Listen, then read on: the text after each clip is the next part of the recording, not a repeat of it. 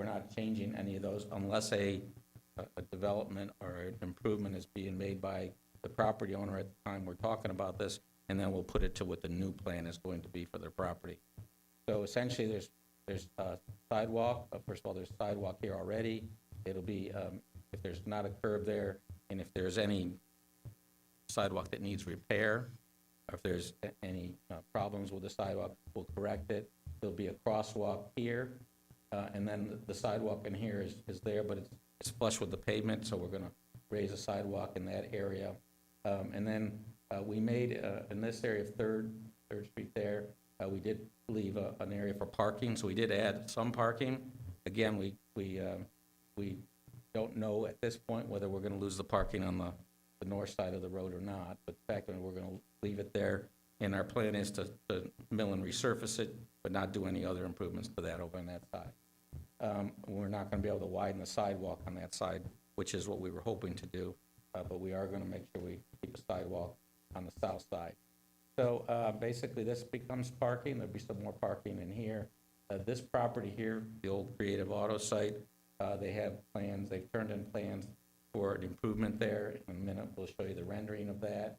And then essentially, so in this area, we planned on something that would kind of make the roadway look a little nicer. They're going to be brick pavers. There'll be pervious pavers.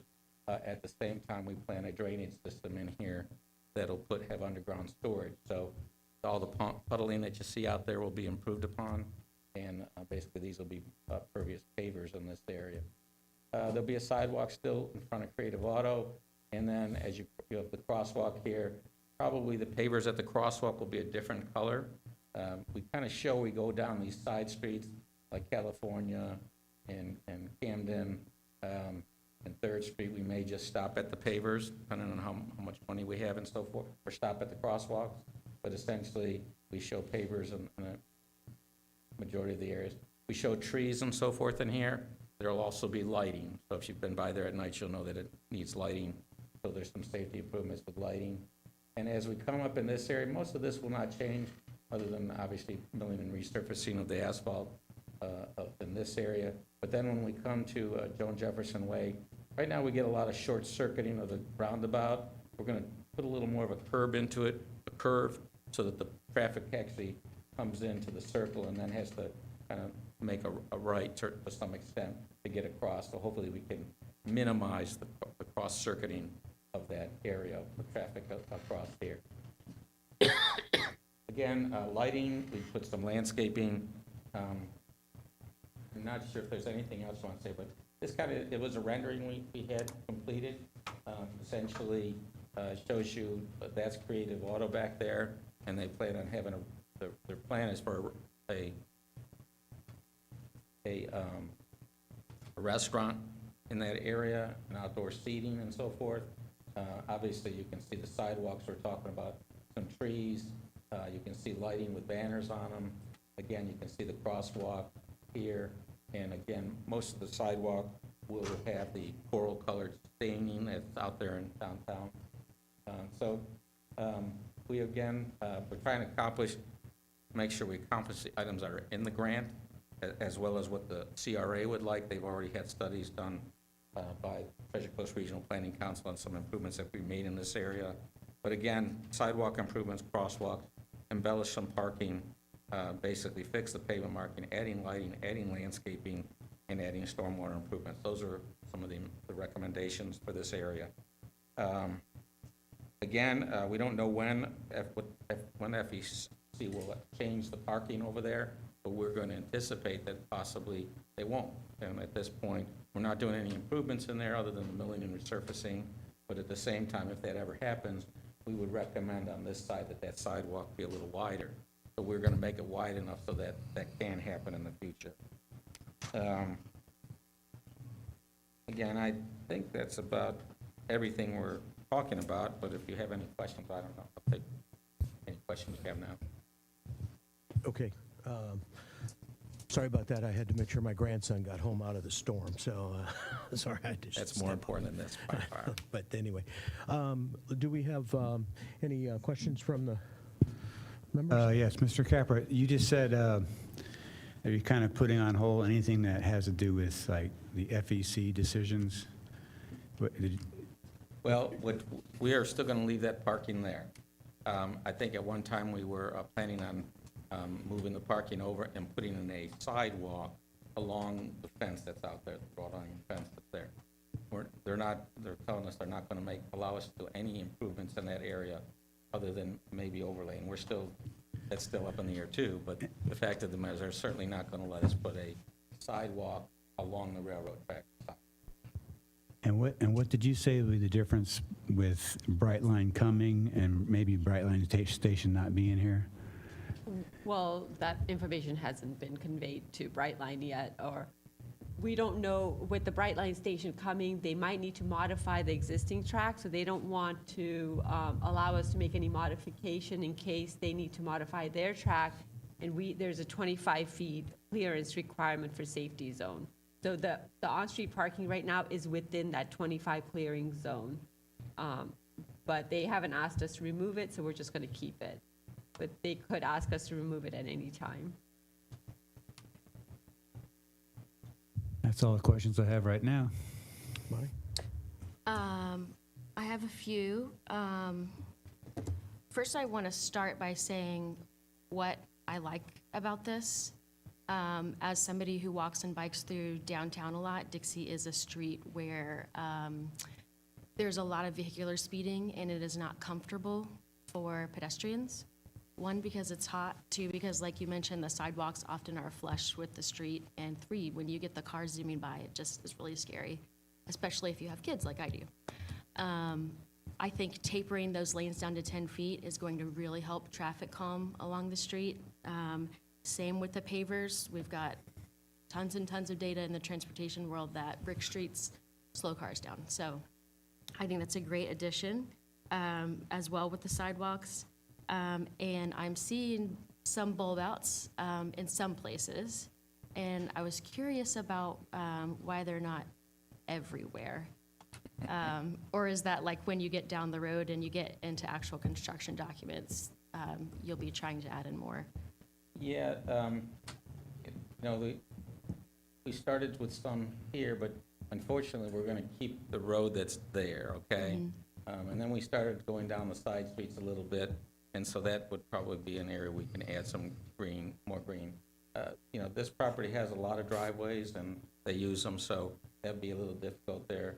We might be able to get some more green in the front here, as long as we don't affect the driveways. I think they can tell us if they at least let us put some greenery there. Yeah. Obviously, if we were able to keep parking, we had originally proposed some more greenery in the FEC parking spaces, again, not knowing that. So there are some opportunities. This site plan hasn't been finished yet, to be honest with you. We hope to get some areas up in corners here for sure, and I'm sure they would love some greenery around that whole property. So we have some there. So to answer your question, yes, we can add more greenery.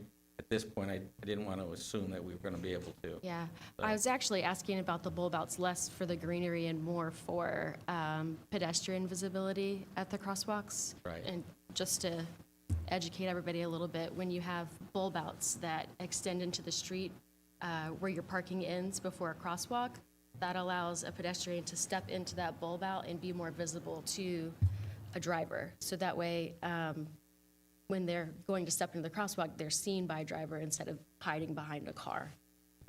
So that was more of my concern there. I think as much as you can neck down those side street entrances, the better. Just everything that we can do to get cars to actually go the speed limit here would be awesome. Let's see. Do we have the ability anywhere where driveways are really wide to make them a more appropriate size? And I'm not saying close any driveways. I'm just saying, if it's 40 feet long, if we can get it down to 24 feet, is that possible? I'm not going to talk about this area because they use they use their driveways quite a bit. And as you know, they're small sites, each one. So it's kind of hard to do some of that. And obviously when you try to get your trucks or anything in or deliveries, sometimes it's hard. This site probably will have a reduction in driveway width, okay? Because Okay. I don't think they plan on pulling into the site. They're mainly parking around the site. obviously, we didn't have that much in here, on that side from there. But I think this site probably has, there may be an opportunity here. This real estate agent, she's fixed her property up pretty nice. And then I think there's probably 2 properties there. Well, actually, there's a total of 3 properties there. We may be able to reduce one of those. Okay, awesome. So we'll look for those opportunities as we get closer to the final. Wonderful. design. I'd Yeah. love to see that. And then the last thing is, and I've all but harassed Pinal about this, but I think any opportunity that we have to put in a street tree, it should be one that casts shade. Obviously, we do not have the room here to be putting in, a typical live oak, but if we could work with an elm or an oak species that's more upright, anything. I know we've been planting a lot of tabibuyas in downtown, but they've got really weird trunk growth and the branches are really strange, and I just don't think they're a very appropriate street tree. Something more of an ornamental, so that's my last comment. Thank you, that's good comments, and one of the things on the trees I wasn't certain of, were, I think we can get about 1.5 feet from the curb, but this gets a lot of traffic. I'm thinking of putting the trees as well as the lights on the back side of the sidewalk. I think they'd be a little more appropriate there. Sometimes we really like the trees and the greenery right up the curb. Yeah, But there's only 5-foot sidewalk and a I lot of get it. what you're saying, and I think any way we can get a tree is great, so. Aaron? Well, the only thing I was going to ask about was the parking, but I think you already mentioned you was not going to change the parking situation. That's correct. We're parking along the FEC right away. That'll stay the same because they're not allowing us to touch it at this point or do many improvements in it. We're hoping we're going to be able to mill and resurface it just to get a better texture on it. But then this side, there's really no parking in this area along the road. And so we're putting some parking. This street here will be one way right at this point here. There'll be one way going to the west here. So there'll be some parking spaces in there pre-created. as Which well street as- is that, Joe? That's going to be 3rd Street. That's Third? Okay. Yeah. So it'll be one way there? Pardon me? It'll be one way there? Just in that section from here to here. Okay. Okay, and after that, it's 2-way. And there's parking on both sides there. But yeah, just in this area here, we felt we put some more parking in that location. So we got some parking there. And then there's an opportunity for 1 to 2 spots right here at California, this leg between 3rd and Dixie. So there are not a lot of new spaces, but there are some spaces. If we, as you know, one of the things we were doing in the last rendition of this is we were trying to make up those spaces by putting parking and throughout here and restriping it. And so we came pretty close to what the parking level is. They're not right here along this line here, but they would have been mixed here and here. But they'd also got into one-way traffic on certain areas, and so we're not planning that at this point. Pinel may do it with other projects, but not with this.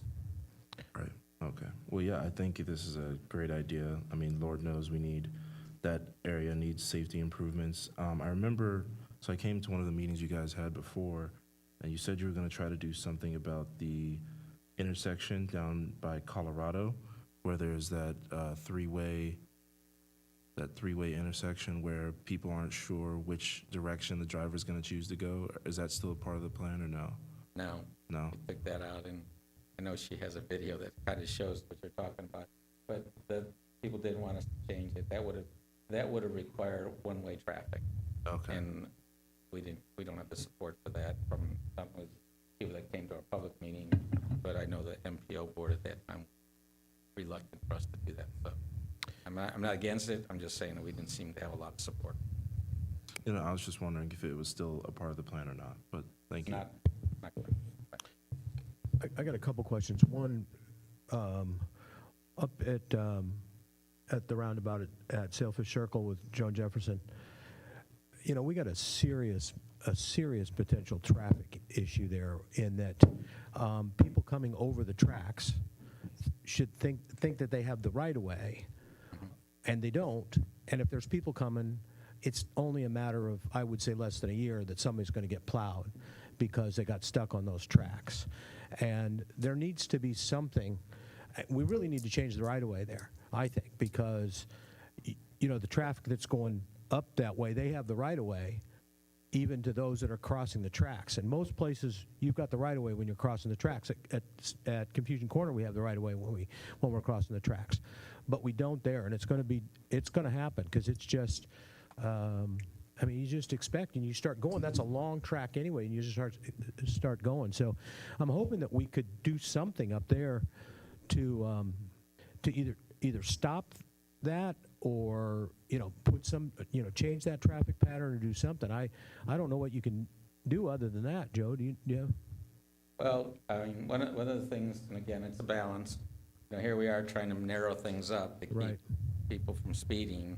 And one of the benefits of having space is that when somebody is caught in that situation on the track, for example, they can move forward in one direction or other and fill in a space Right. that, and so that's kind of the situation there, and it's the same problem here. So I don't want to tell you that there's any one way we can do this. We are looking at more arms and so forth to make sure people don't at least know that where the arms are coming and where to stay away from the track.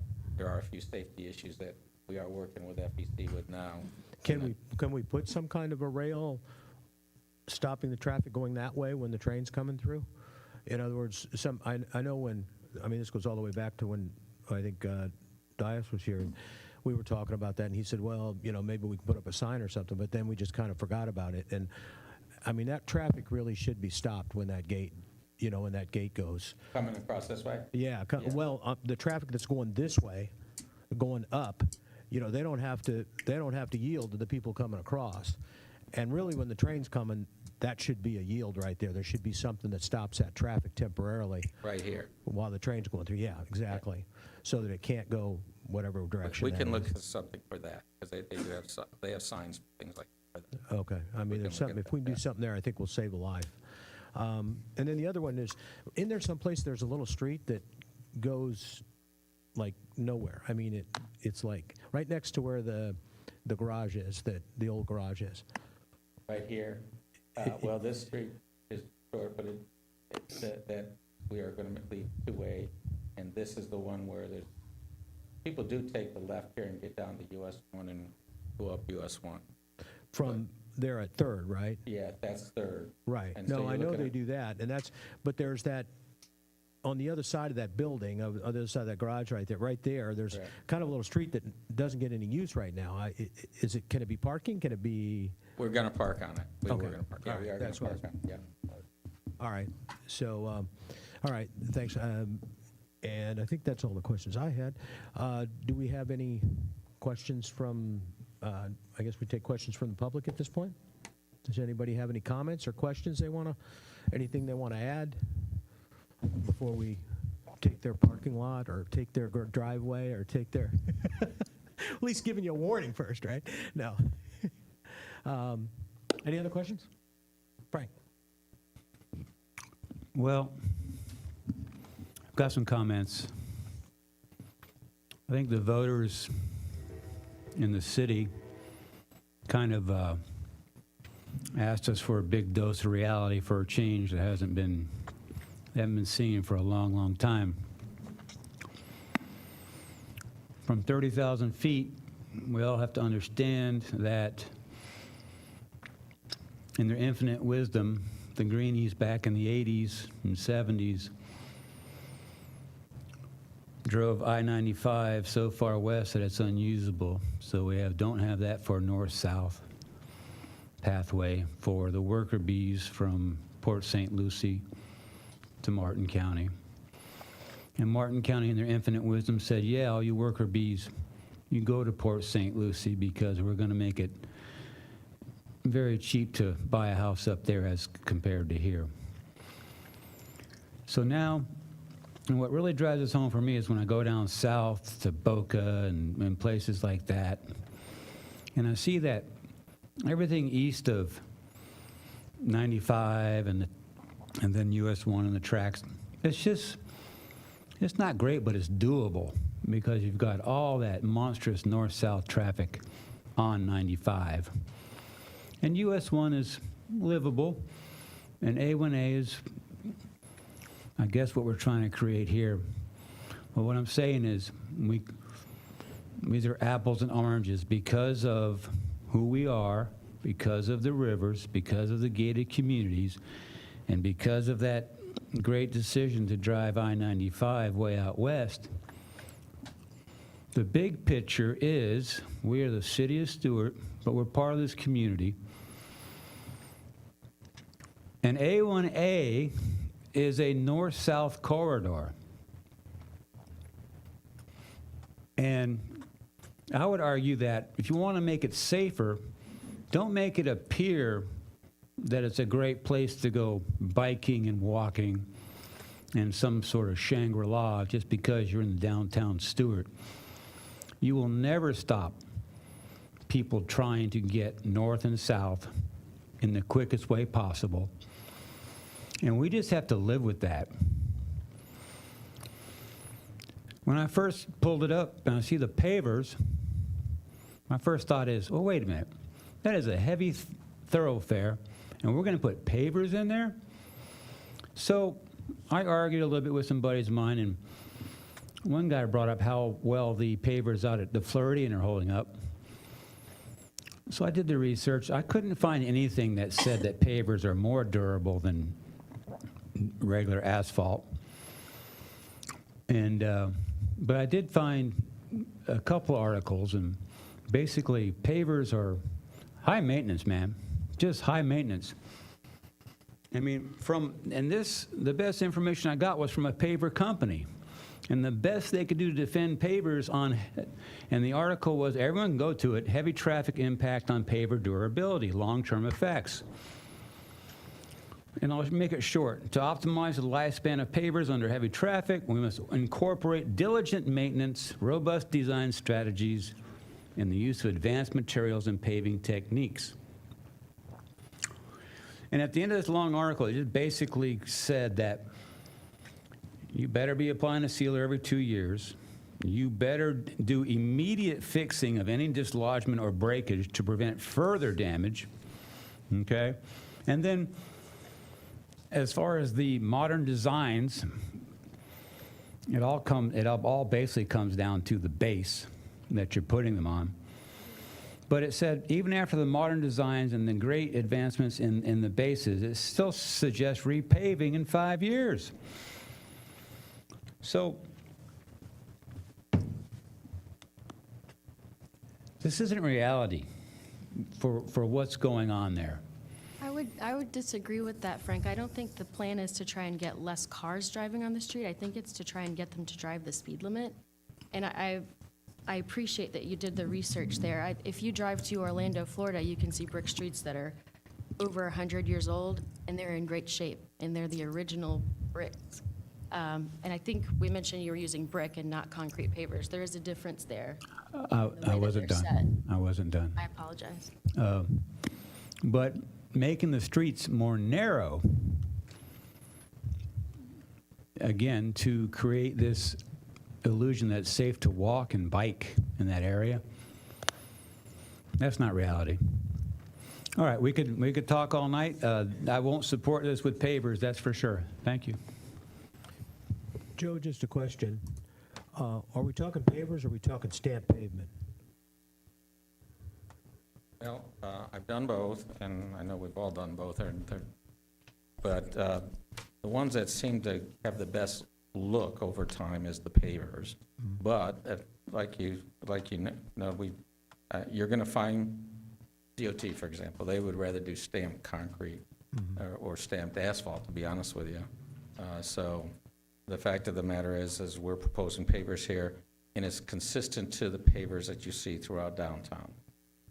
I know we have them in front of my building up on Flagler, North Flagler, where the whole intersection's pavers, and that gets a lot of heavy trucks and so forth. So they've been there, well, since 2006, so they've been holding up pretty well. I haven't seen any problems with those pavers. I will tell you when the paver starts failing, because we've had them at the foot of the old Roosevelt Bridge, and when they started failing, it was a problem. It's really hard to get, you really have to take your time and build pavers properly from the start. So I'm not telling you that there hasn't been problems with pavers out there. There has been. You just have to install them properly. The other comment I'd make, Frank, relative to, and I don't disagree with a lot of the stuff you say, but I think actually making the streets narrower will take traffic off of that street. And that's what happened in Colorado, right? That's exactly what happened in Colorado. People said, why are we going to do this? We're going to reduce traffic speeds. And what we actually did is, we actually made it a lot safer, and we moved cars who didn't belong on that street, who were really just passing through. So I'm sure we'll probably have some benefit like that from this too. People will decide, look, it's easier for me to just go back out to US 1. If that is your goal, okay, to make getting from point A to point B, north and south, harder for the entire community, then yes, have at it. And I think to some degree that is our goal it's to make it better for our residents so we don't have that kind of heavy traffic, and to keep people who don't necessarily need to drive downtown from downtown. Let's leave them on US 1 where they're designed to move a lot of traffic. But anyway, that's just my comment on it. But do we have any other comments from crowd? Okay. Do we need to, take If you can recommend approval of resolution number 74-2024 for city commission approval. Okay. Motion to approve? Second. Well, you're the motion to approve? I can't make the motion. Sorry. So, Motion to approve. Second. okay. Discussion? Any further discussion on it? All in favor? I would need to do Do you need a roll call? Okay, Sorry. let's roll call it. Vice Chair Breckbill, Yay? Board Member Moser, Yes. Board Member Hawkins, Yes. Board Member McChrystal. No. All right. The next item on the agenda is 55 Southeast Osceola Street. Who's up on that?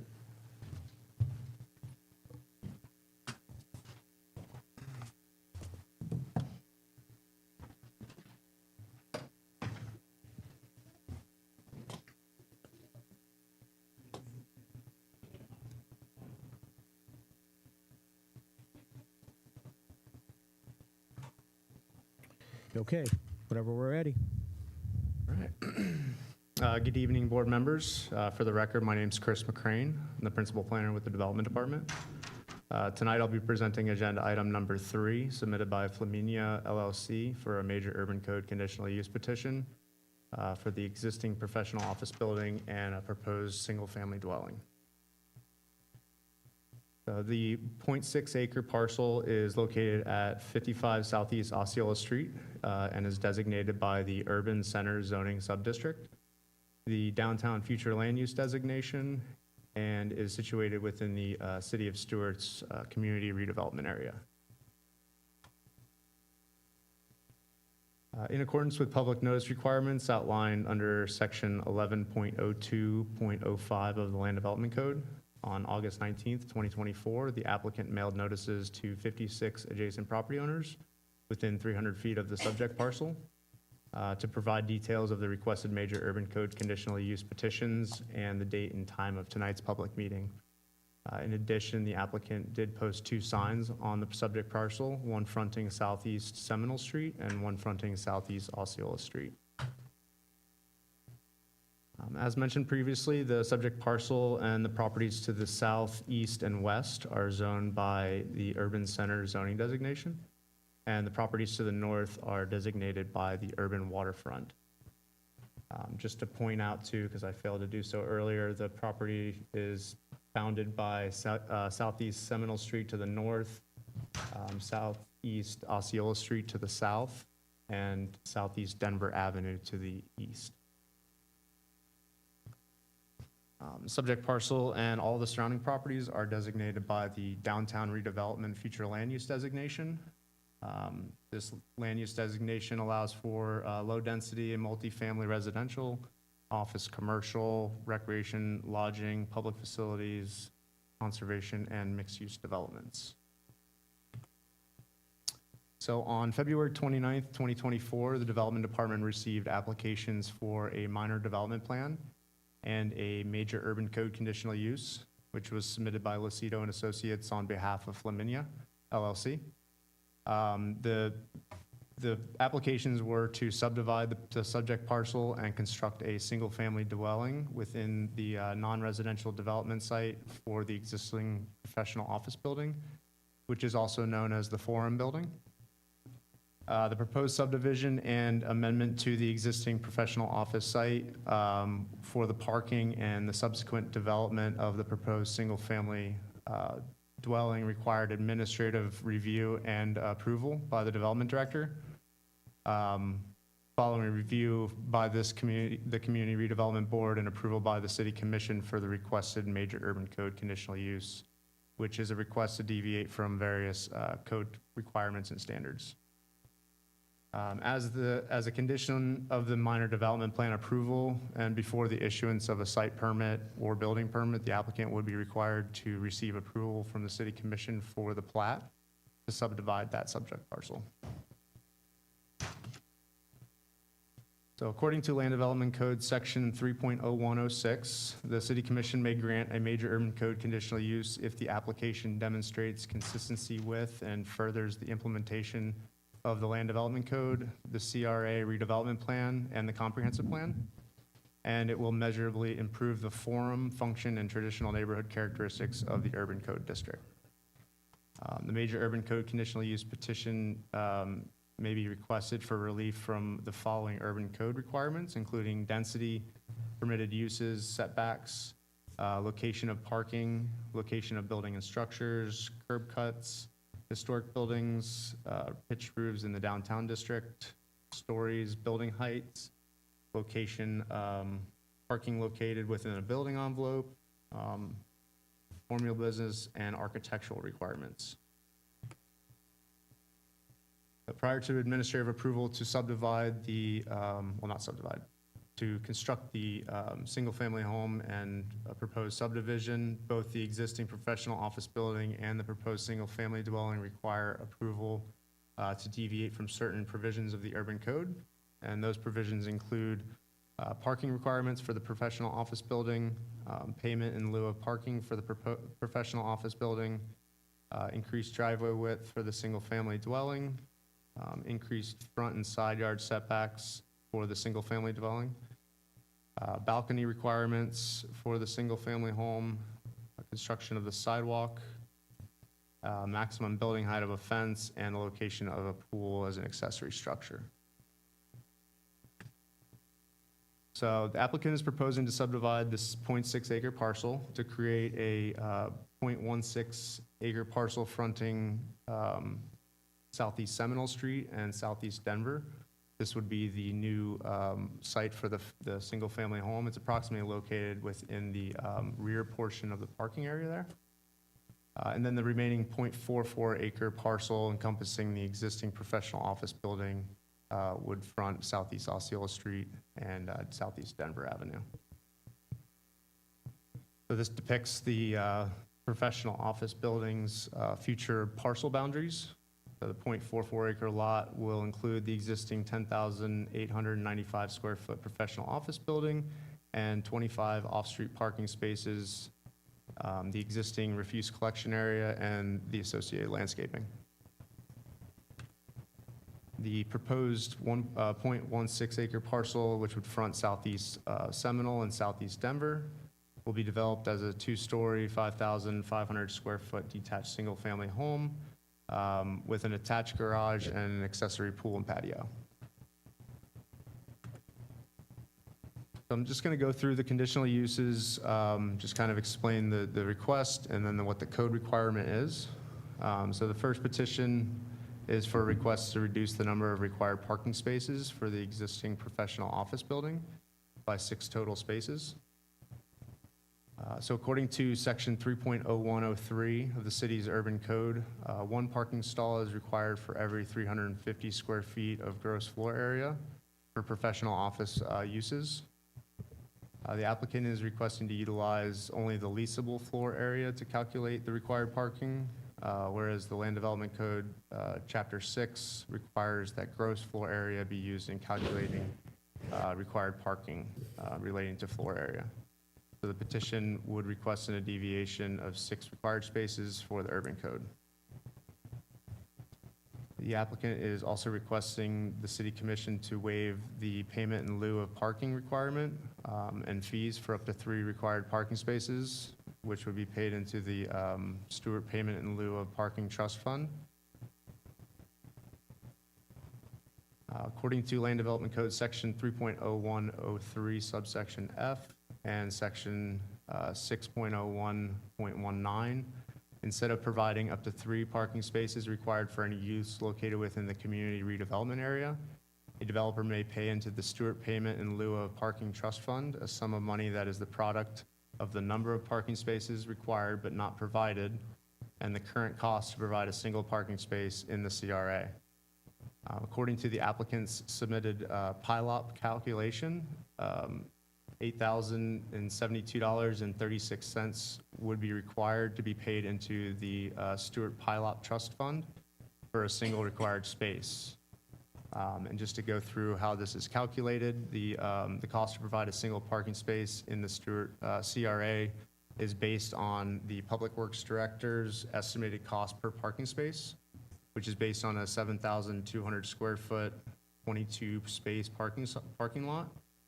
And it includes the cost of paving, car stops, drive aisles, drainage, landscaping, signage, lighting, and the land value. And then the land value shall be determined by averaging the property appraiser's assessed land value per square foot of 5 sample parcels located within 1,000 feet of the subject property. And this is the calculation that was provided by the applicant. So it would be $8,072.36 for each space, and up to 3 spaces would equal $24,217.08.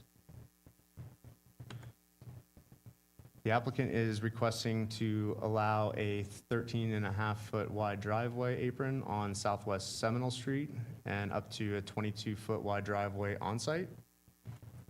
According to the urban code standards for urban center zoning district, a 10-foot wide driveway may be allowed if no alley access is available in the rear side of the lot. And although no alley access is available, the proposed corner lot would front Seminole Street and Denver Avenue. On-street parking is not currently available adjacent to the site on Southeast Seminole Street or Southeast Denver. The applicant is requesting to allow the balconies to overlook the proposed single-family dwelling patio and pool courtyard, whereas the Land Development Code requires the balconies to face the street rights-of-way. On this lot, it would be Southeast Seminole Street and Southeast Denver Avenue.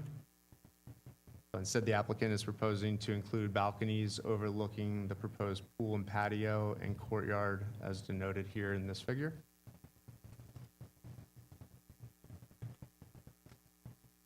The applicant is also proposing to allow a minimum 7.34-foot front yard setback as measured from the proposed 5-foot wall. I'm actually going to go to this figure because when I'm reading all this, it might be easier to follow. So the code requires that where does it say that? So the code requires per section 30103 that the front building facade is required to be constructed parallel to the street along the front property line with a required build-to line zone of 0 feet. Whereas the proposed building design would allow for a minimum 7.3 feet on the front yard setback as measured from the proposed 5-foot wall, a 10.22 foot front yard setback as measured from the northeast corner of the proposed single family, and approximate 33-foot setback as measured to the proposed attached garage. In the front and the side setbacks, it's important to note that they are inclusive of a future 2-foot easement. It's a 2-foot wide pedestrian easement for the future sidewalk expansion adjacent to the front lot on Southeast Seminole and Southeast Denver. And I'll expand on that here next. So according to Urban Code Section 3.0104, when a permit for new construction or renovation is issued, the owner shall be responsible for the installation of a minimum 6-foot wide continuous sidewalk along the entire length of the parcel frontage that abuts a public street. The applicant is requesting to waive the requirement to construct a 6-foot wide sidewalk. It is requesting to provide a 2-foot wide easement for pedestrian access, and also for the sidewalk to be constructed by the city at a later date. A 4-foot wide sidewalk currently exists adjacent to the subject parcel, and the applicant would be required to finish that sidewalk off to meet the 6-foot wide requirement. As you may know, the city CRA is currently working to improve streetscapes on Southwest Seminole Street. However, there are no plans or designs at this time to improve the streetscape on Southeast Seminole Street. So staff would not support this code deviation and would request the applicant be responsible for constructing the sidewalk. The applicant is also requesting a decorative wall and columns between 4 to 5 feet in height to be constructed adjacent to Southeast Seminole Street. According to Land Development Code Section 3.0104, subsection P, fences located in the front yard shall have a maximum height of 4 feet along the front and side property lines to the front building facade. Along the side property lines, behind the front facade, and along the rear property lines, the fence may extend to 6 feet in height. The applicant is proposing to construct a concrete wall and columns to shield the proposed pool and patio located in the front yard, and also a decorative metal gate adjacent to the proposed single-family driveway. The blue line on this is just denoting the area in which the fence would be located. Along the side and rear, it's positioned in the back of the house, so. And then the final petition request is to allow an accessory structure to be permitted within the front yard setback, and also allow the structure to be located between the front building facade and the front property boundary. So according to our land development code, requirements for accessory structures states that no accessory structure shall be permitted between the front facade of the principal building and the front property line, and shall only be constructed in the side and rear yards, subject to a minimum 5-foot side and rear yard setback from the property boundary. On corner lots, the side yard setback is increased to 10 feet. The City of Stuart Development Department has reviewed the major urban code conditional use petition and recommends the applicant be required to pay the fee for up to 3 required parking spaces into the Stuart Payment in lieu of Parking Trust Fund, so the City of Stuart may construct additional parking spaces in the CRA, and be required to construct a 6-foot wide continuous sidewalk adjacent to the future lot fronting Southeast Seminole Street and Southeast Denver Avenue, and also to dedicate the 2-foot wide sidewalk easement to the City of Stuart for pedestrian access. This concludes staff's presentation. The applicant has prepared a presentation as well. So following that presentation, both staff and the applicant's representatives will be available to answer any questions. All right. Morris, go ahead. Anybody got a pen I can? Good evening. For the record, my name is Morris Crady. I'm a senior partner with Lucido & Associates and also a certified land planner. And I can tell you, I've been working in Martin County for over 40 years, and this is the first application I've ever been to request one single-family home. Usually it's a lot more than that, but I can tell you, John is not the typical client. He's not doing this to make money. Obviously, he's doing this to build his dream home, his forever home. He's been in the downtown area for over 35 years, his family. So he is a fixture in downtown, but ideally he would like to live and work in downtown, and that's why we're here today. So we're not really messing with the existing Forum building, which is on Osceola Street. So we're just proposing the one residence on Southeast Seminole Street. See if I can figure this out. Okay, so this is the existing site. The proposed site area is where the 16 spaces are currently located. And then the existing 2-story office building has 25 spaces, including 8 parking spaces underneath the second floor, which is on the north side of the building. I'm sure you guys are familiar with the building, and thankfully, John did some major improvements here recently over the last couple months. He painted the building and did some beautiful landscaping, so it's all, and I think that the photos I presented at the beginning of the year were the old building, so I made sure to go out there today and take pictures of your improvements, John, because it looks fantastic. But this is the, Denver on the right, and of course Osceola on the left. But I want to go back a little bit in time, because I think there's a little bit of confusion of when the building was constructed and also when John's family purchased the building. It was actually purchased by his father in 1989. But you can see that the area that we're looking at were actually two single-family lots, and all this was platted as single-family lots at one point in time. And in 1983, there was a single-family home exactly where we're proposing it. And I believe the other structure on the site was an office, but we're not sure. But we do know that was a single-family home because we know who actually lived there at the time. And John is familiar with the person that lived there. So sometime between 1983 and 1986, this office building was constructed by the previous owner, not John's family. And, that for whatever reason, they built 41 spaces with this office building, which exceeds code in several ways, but that may have been the code at the time, and the code has since changed.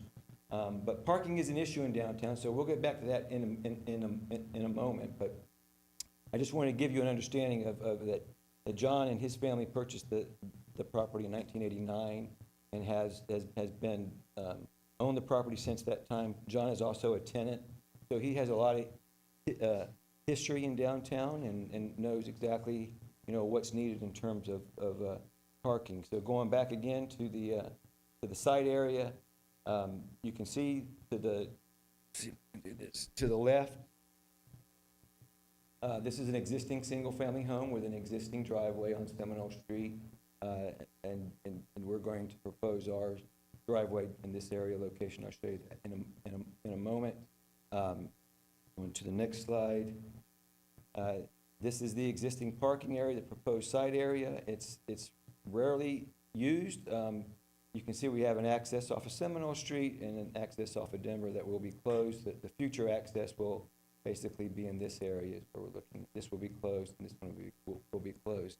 And the lot that we're trying to create will be drawn basically where the pavement ends, and we'll be adding some landscaping there, but there's also a drainage structure in this location. So the drainage structure will be retained on the office building, and there'll be an easement that will be created for drainage and landscaping purposes as part of the plat. And you can see the adjacent building. This is their driveway, and this is their garage. So we're looking to more or less duplicate that.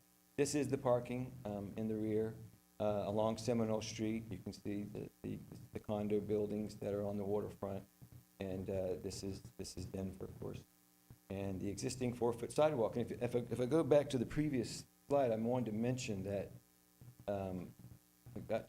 it appears that the sidewalk, the existing 4-foot sidewalk, was constructed at the same time the office building was. As you can see, there's no sidewalk there, but it was constructed in 1986.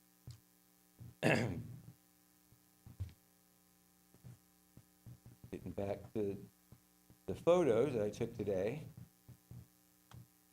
showing the existing building in the background. This is again looking off of Seminole Street, and this is the existing garage and existing driveway adjacent to the property, and of course this is the site we're talking about.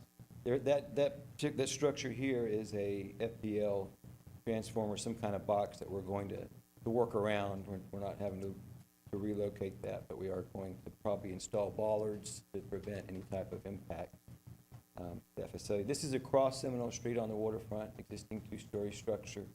And you can see the signs.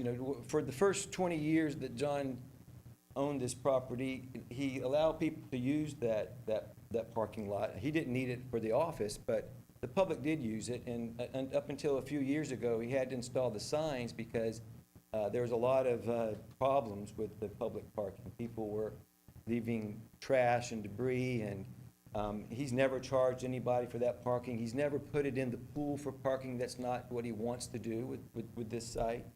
He doesn't want to make money off of it. He wants to build his dream home. Again, this is the corner of Denver and Seminole. which is on this side. And this is a carrotwood tree. It's going to come out. Again, this is the 4-foot sidewalk. There will be, we have like 10 feet of landscaping in here. This whole corner will be re-landscaped with trees and vegetation and as all part of this improvement. But the problem with the sidewalk now is it has been there for a long time, and the road needs improvement, and there's utilities in the sidewalk. There's a lot of stuff going on there, and I'll get to that in a moment. So again, the site, it looks like this today. We'd like it to look like this one day.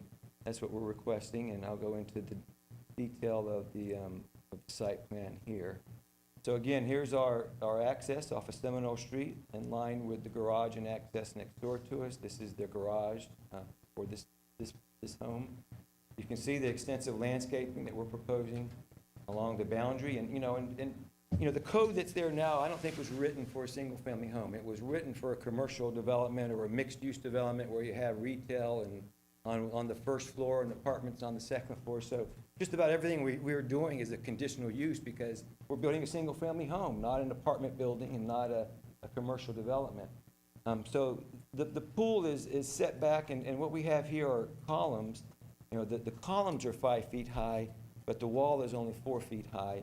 And the columns are designed to tie in with the architecture of the building. It's not a standalone fence or a standalone block wall, and we're not looking to totally screen the building or the pool, but there is no wall here. This is all going to be open. We do propose a decorative rail fence. Think black wrought iron fence that will run along the property on this side. It's really there for security purposes. You can see through it. We're going to landscape that area, put additional landscaping in there. But the columns along the front, again, just give some privacy to the residents. But John's about over 6 feet. He's probably the only one that could look over the columns at anyone from the inside. But for the most part, the pool is not going to be seen at all from the street level. And to put the pool back here in the back or on the side, it just doesn't make sense for the design of the home that we're trying to construct here. This is the 2-foot sidewalk easement that we're proposing adjacent to the existing sidewalk that will be provided. And let's see, what else I need to go over here. Again, the property line will more or less exclude the existing landscaping, but the landscape plan shows that we're enhancing the landscaping here and all the way around this structure. And John already enhanced the landscaping around the office building, so we're not doing any improvements to the office landscaping, except in this area. That would be the only change. So again, let me go back one more time just to show you understand. This is this here is a second-story terrace. So this is on the second floor, and it's only a 2-story building. It's not any. It's very much in keeping with the product and the surrounding structures. But this is a second-level terrace. You can see that here. That's the second-level terrace. And then behind this wall is the pool. And again, there will be landscaping here, attractive landscaping. This again is a wrought iron decorative gate that will tie into the rest of the site for security purposes. So that's on Seminole Street frontage. This is on the Denver Street frontage. And then this is the rear of the site from the office view, looking from the office parking lot. And you can see again the second-story terrace up here. Just beautiful architecture. And I do have John Suku here who did the architecture. He's the architect if you have any questions for him. And then this is the side adjacent to the existing single-family home. And this is our garage, which is adjacent to their garage, and this is the steps that are going up. So again, we're proposing a setback there to just enhance the landscape. The code allows for 0 setback all the way around the site, but we're providing setbacks in order to enhance the landscaping. So the recommendation is 2 points of contention that I'd like to discuss a little bit further. And I told John when I first got involved with this project and everybody knows that parking in downtown Stuart is an issue. So the last thing we want to do is not appropriately park the office building. And so, I want to talk a little bit more about that and also the sidewalk. So what I asked John to do as part of our analysis was to identify the tenants in the office building today. And it's 100% occupied. It's you know, he's one of the tenants as well. And so I asked John to go out there during the peak season, which was from from January to March. Go out there twice a day, once during the morning peak hour, which is around 10 o'clock, and you can see, but on here, you'll note that out of the 10,890 square feet, you know, there's only 8,910 square feet of leasable area. I mean, the building is constructed with a lot of unique and enhanced common area. It's just the style of the foreign building has a lot of common area that can't be leased. So John is willing to commit to a maximum leasable area of 8,910 square feet in order to secure this parking rate. But you can see on the parking data, I had him count the number of used spaces on the back lot, the front lot, and we evaluate it based on the 25 spaces that are going to be retained around the office building.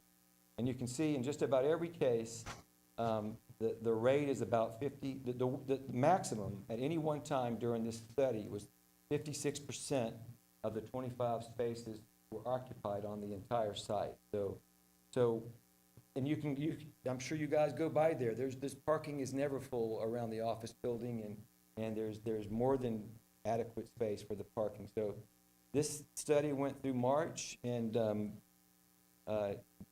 resulted in this type of analysis. The average parking occupancy of the office building based on the 18 data points we did during the peak season, peak hour of the day, only 47% of the 25 parking spaces were occupied. And that's on both lots. So we're counting, both lots. And the lot in the back is never used, actually. But the actual parking rate that works today is one space per 742 square feet.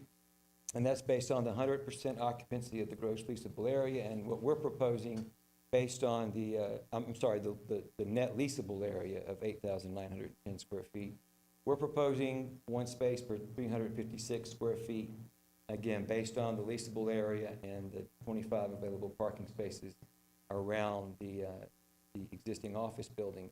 And we agreed to add a note on the plan to record the affidavit so that we would lock in this parking rate and restrict the leasable area to 8,910 square feet for the life of the existing building.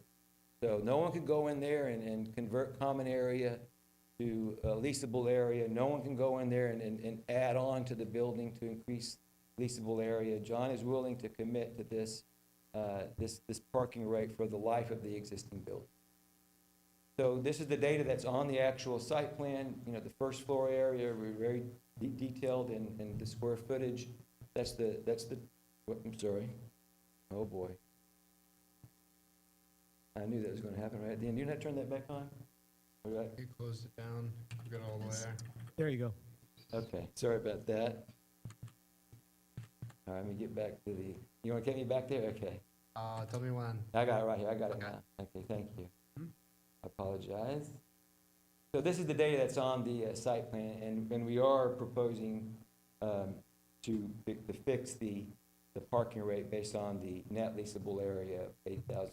So the note on the plan actually says the proposed parking rate for the existing office building is supported by affidavit of John E. Maiucci, managing member, as recorded in OR book, and we're going to record it, and shall remain in full force and effect for the life of the existing building. So that will be not only on the site plan, but it will be recorded in the official record as well. So the 2 points of contention, we agree with everything else that staff said. It's very comprehensive and detailed report. I appreciate that, Scott. And we work closely, Chris, we work closely with Chris during the review of this. But we just don't feel that the payment in lieu of parking is applicable because we're dealing with an existing office building, not a proposed office building, that has a track record, and we're willing to fix the leasable area to what currently occupied, 8,910 square feet.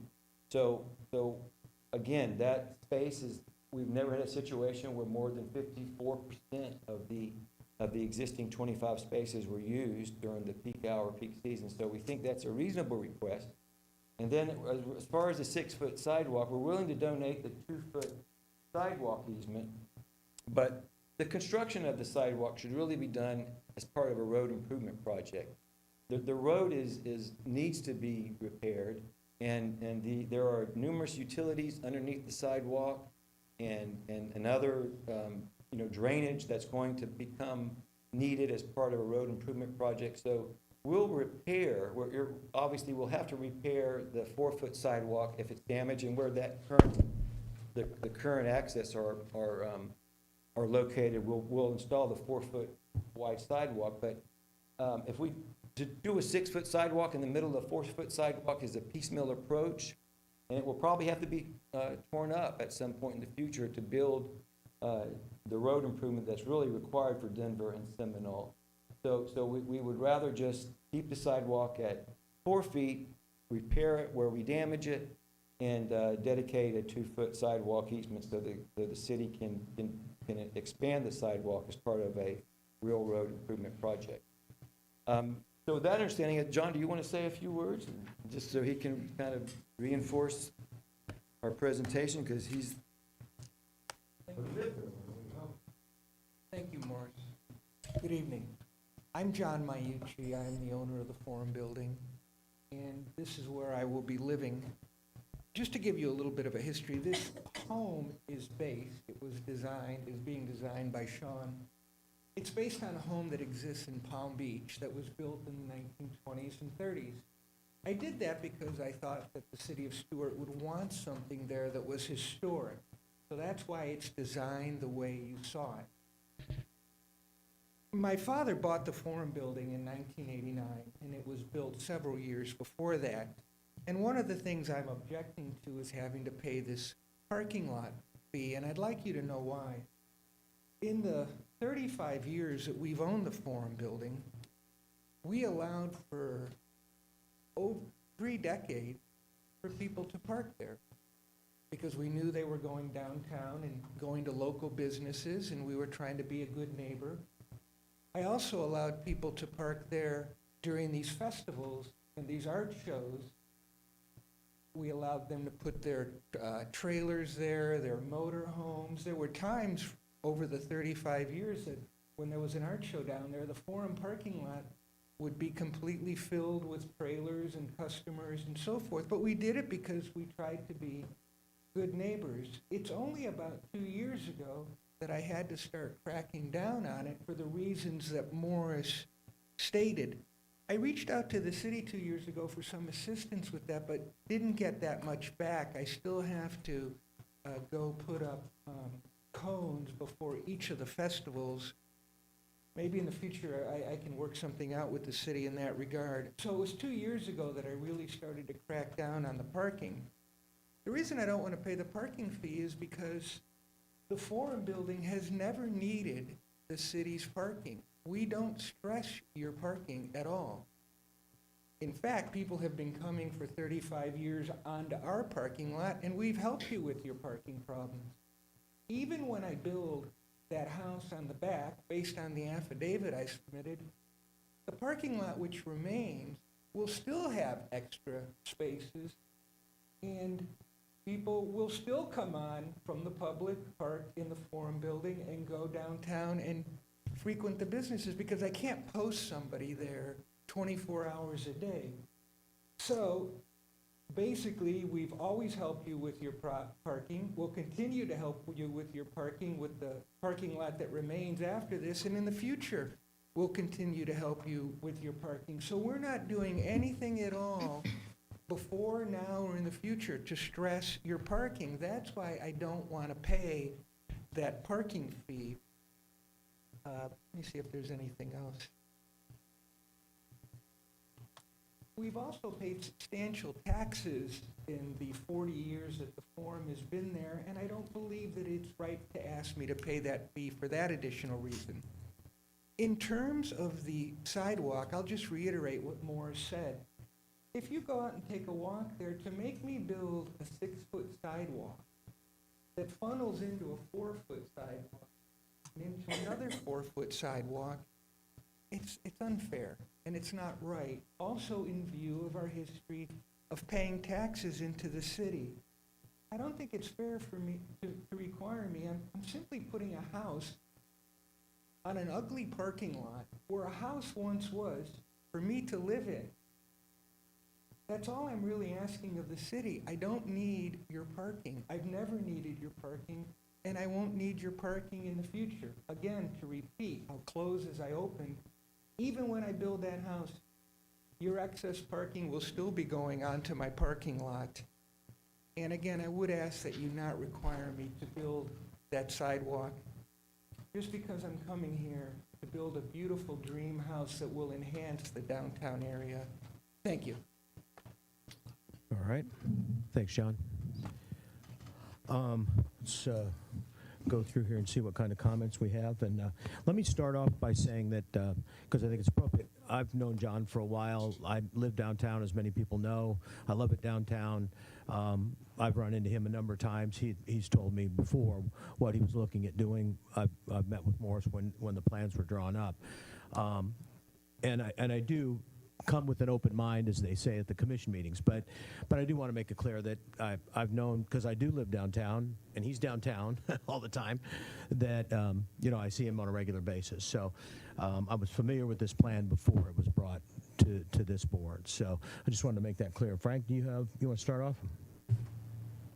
Or I can start off. It doesn't make any difference. Go ahead. All right. I'll start off then. I'm going to get on a soapbox. I'll stay on it for just a couple minutes, and then I'll get right off, right? So this is the kind of project that I think the community wants downtown. This is the type of thing that we want to see. We want to see mixed use on the property. We want to see the owner of the property who works on the property live on the property. We want to see this type of structure that most likely is going to stay in the family and not be knocked down to become an apartment building, right?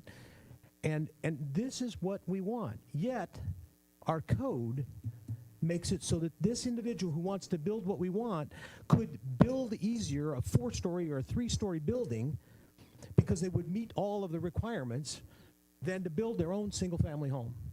And that's why I've been saying for a while, we need to look at this code in our CRA so that we're not taking away what we want. We're taking away, most people wouldn't mess with this, and then we're throwing these costs on top of them, wouldn't mess with it, and say, okay, I'm just going to sell it to somebody who's going to put something else there, they can make more money. So that irritates me a little bit. It tells me that our code's broken when somebody wants to build what they want to build and they can't do it under our existing code. That's the first thing on that. The second thing on this is that I find very ironic is that if you build under the codes that apply to Seminole Street instead of the codes that apply to Osceola Street, you could probably do this in a heartbeat because Seminole is residential and it's designed under the code. It's the only place where it's residential, really. And so you can actually do that. So he could split this off with no requirement at all and potentially build that house there. So I'm just saying it's just kind of, I find it odd that we have this kind of thing. And then my other comment is relative to parking, and this is a personal thing because I have the same situation. In my area of town, up here at this side of town, I'm the only one that has parking. But I'm told we don't have a parking problem. But I'm the only one that has parking, and I'm supposed to provide it. As it turns out, John's kind of the same thing on that side. He's got extra parking. He's providing it. But other people are building right across the street, basically, and right down the street. They're building 4-story buildings with multiple apartments, and they're 100 parking places short of the requirement. They're not doing that here and charging them for that. And so I have a problem with that. So I really like this type of thing because I think this is what we're about. Frankly, the only thing on here that probably could be done that is more of what was originally thought of in the original design was to put a small second story on that garage so that it could be workforce housing. And that's really the only adjustment that I would suggest is that, you consider putting, about a 450 or 500 square foot apartment on top of your garage. But anyway, that's why I wanted to kind of lay it out there, because I know we struggle sometimes to find stuff, and I think this is what we want downtown. But anyway, that's just my opinion on it. So, Frank, I don't have any questions. Go ahead.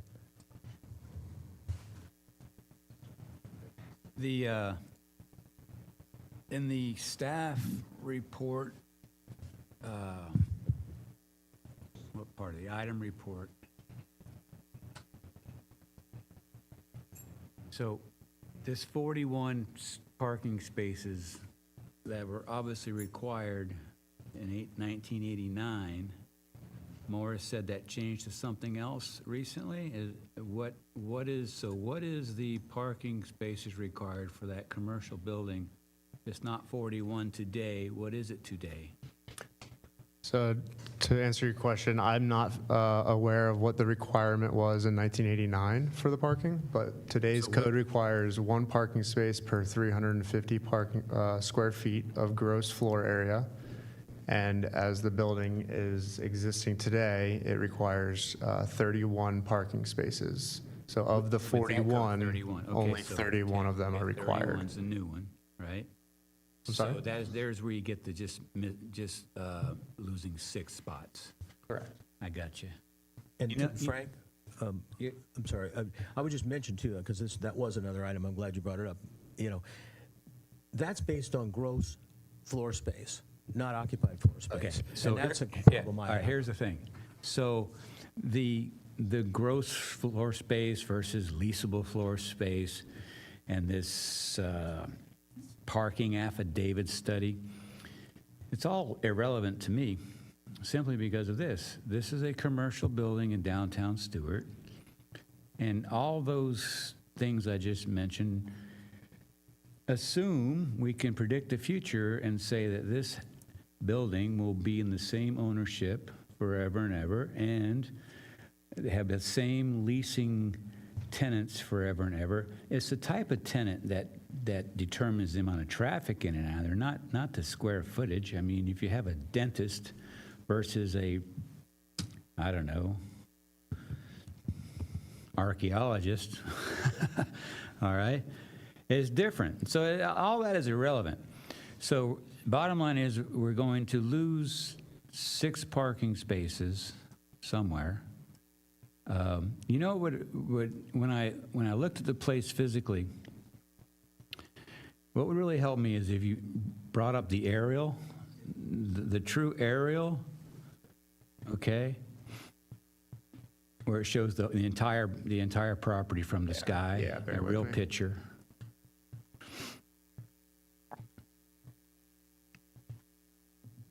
Okay, good. I assumed wrongly. Okay, so now do me a favor. So we got, let's see, north. Draw me a line north. Draw me a line with your cursor, east-west, the back line of a new residential property. So from here Okay. to here. All right. So when I saw all the parking being lost, I thought that maybe you were taking out that whole row of parking there. Okay, so your numbers have us just losing 6 parking spots for commercial building in downtown Stuart. Okay, if you say so. And just the whole presentation to me, and Mark just kind of put the squash on that a little bit. All I saw was all these things that they're asking for, that don't go with the existing code. It's a lot. I mean, it's like bang, bang, bang, bang. Front setback, you're not supposed to have anything in between your house and the front street. There's all kinds of stuff they're asking for. I figured this would be like in a negotiation, this would be the opening salvo from those who want to get everything they can. And I thought I saw a lot of negotiation in there. But, and as far as the Palm Beach Historical Building, I just see something that doesn't jive with everything around it. That's what I see. I see Willie Gary's monstrosity down the street with the same type of architecture. Other than that, I don't see anything else in the area that's, that looks like that. So I'm wondering, what does Marty think, your next door neighbor over there? Have you talked to Marty? Have you talked to Marty? I don't want to speak for other people. Oh, yeah, Mo, I was but wondering if you I could. stopped and spoke to Marty and Kathy, Okay, yeah. and you can call them, they're elated. Okay, great. Okay, that's all I wanted to know. I've knocked on doors, and everybody's elated. Okay, thank you for that. Yep. All right, I'm done. Thanks, Frank. I had a lot of parking questions, and I think we've had most of them answered. I think someone had mentioned they'd never had a request like this before. I was really surprised when I read it, and before I got to the site plan, I was like, there's no way this is gonna work.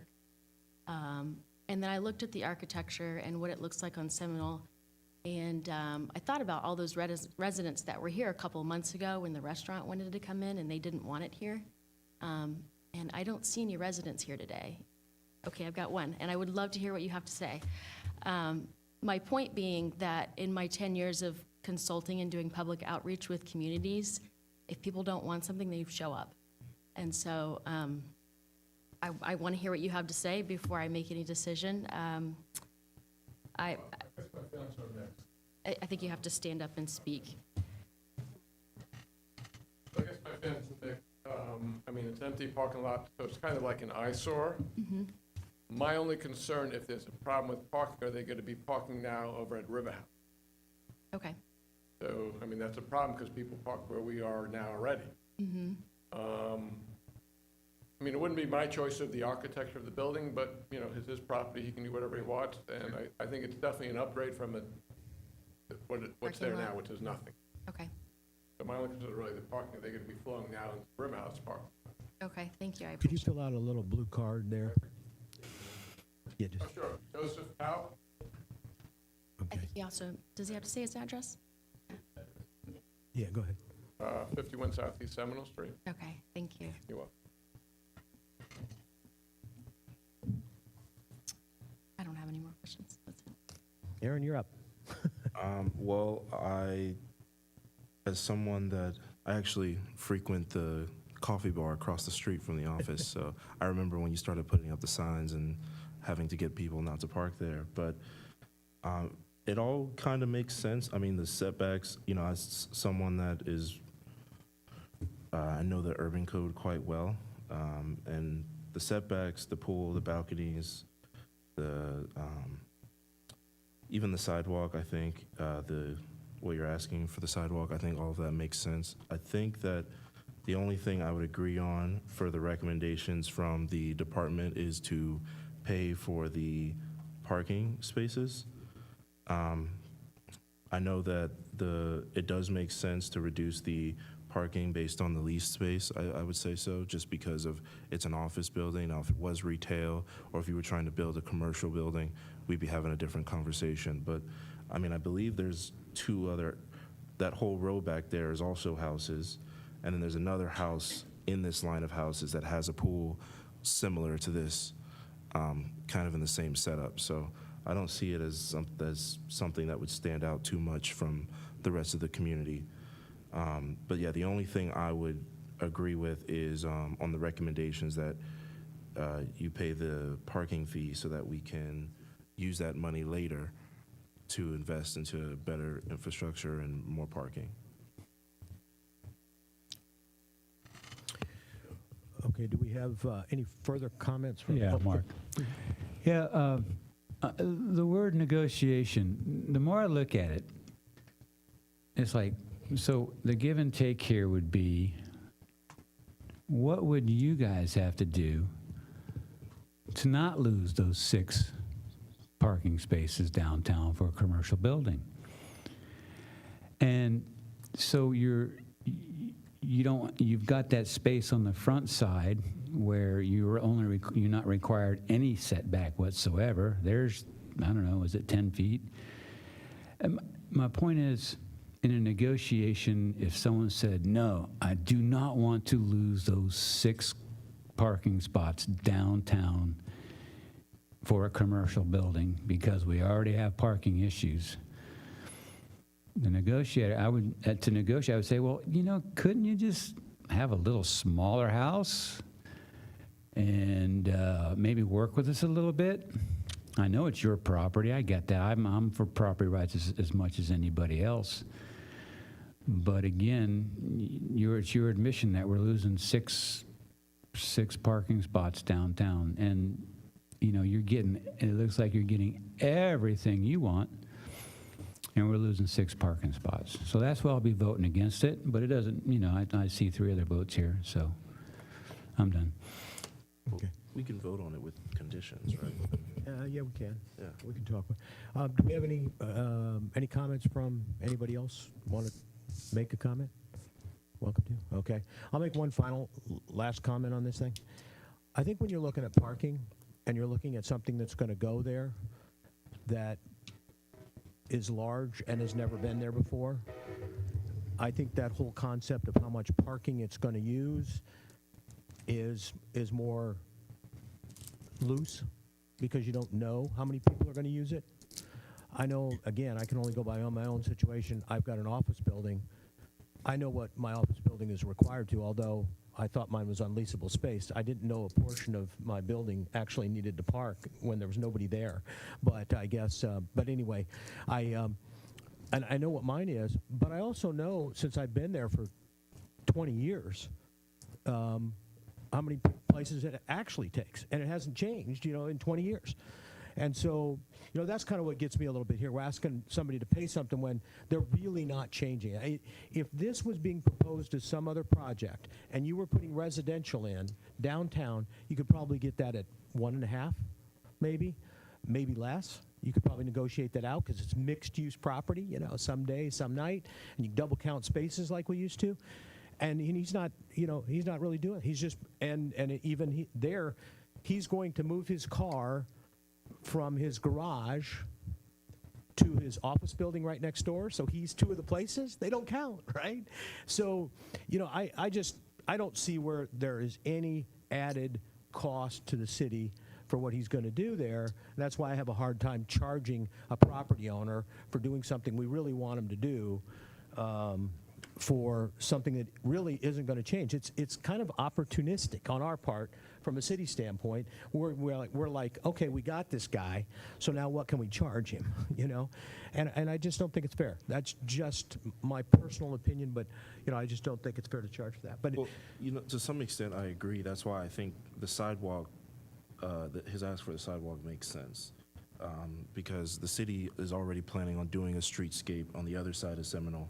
And I wouldn't be surprised if later down the line we end up trying to improve the eastern side here. So, and kind of like what he said about building it from a 6 foot, or going from a 4 foot to a 6 foot, and then back to a 4 foot. It's, doesn't quite make sense. So I think that allowing, or him not having to build the sidewalk makes sense. But as far as paying for the parking, the in lieu of parking, I think that is beneficial in the long run for us to have to invest into a better parking situation for the entire downtown. In the high peak of seasons, maybe the parking's not always full, but I'm sure there's been times where that parking has come in handy for the broader downtown. yeah, I understand. All right, we need a motion, right? So you're looking for a motion from us tonight, or what are you looking for? Again, for the record, the city attorney Lee Baggett. Besides Chair Brackbill, the 3 of you make a motion. Whoever makes a motion first, you can make a motion with conditions, or make a motion for approval as requested. You would ask that question, so if you want to make a motion for approval with conditions, you can. But it's whoever goes first. So Mark, And it would have to be seconded up. for you to make the motion, Mark, you have to pass the gavel, something like that? Yes, he Yeah. could make a motion, he would have to pass the gavel. On here, it says providing 4 conditions already, so are the conditions what the department suggested? Is that what? You can make a motion for approval with your conditions that you want, and then if it's seconded, you vote. Board Okay. votes on. If no one makes a motion, I'll pass the gavel. then, Let me, all right. Bonnie, here, you can have it. No idea what to do with this. You can just, you beat people if they don't agree with you. That's what I found. I make a motion to approve the project with the modification for the sidewalks and without the pileup. So, second? Without, what was it, I'm sorry? I said I made a motion for approval of the project With with the modification that they proposed relative to the sidewalk, but without the pileup cost. Can you clarify, are you saying you want to keep the condition that they do have the 6-foot sidewalk, or? What I'm saying is that I wanted, they've proposed modifying the staff's recommendation from putting in the 6-foot now Maintaining to the 4. granting an easement and then adding that easement to the 4 feet that the city would replace when they do street work. And then the second is that they've asked for a variance on the pileup fee, and I have recommended that that variance be allowed. Okay. So, all right, no second? So we'll try again. All right. I guess Why I'll don't make- you go ahead, Aaron? Yeah, I'll make a motion with the condition that we allow for the setback on the sidewalk instead of them having to build it, and with the pileup fee. Okay. No, I can't second anything, correct? Yeah, you can second now, right? But I'll, I'll second it for discussion. And, all right, I'll second it.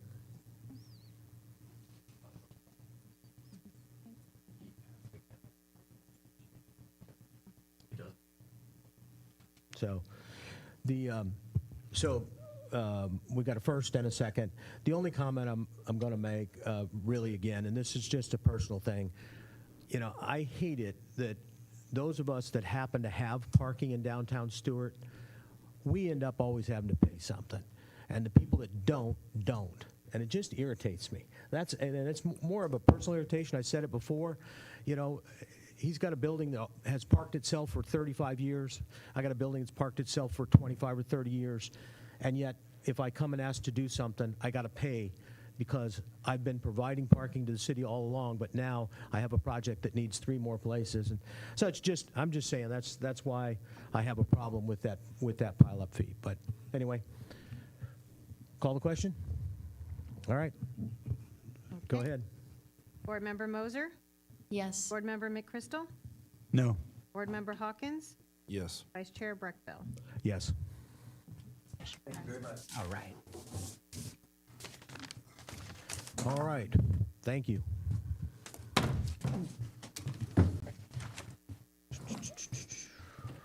All right, next order of business.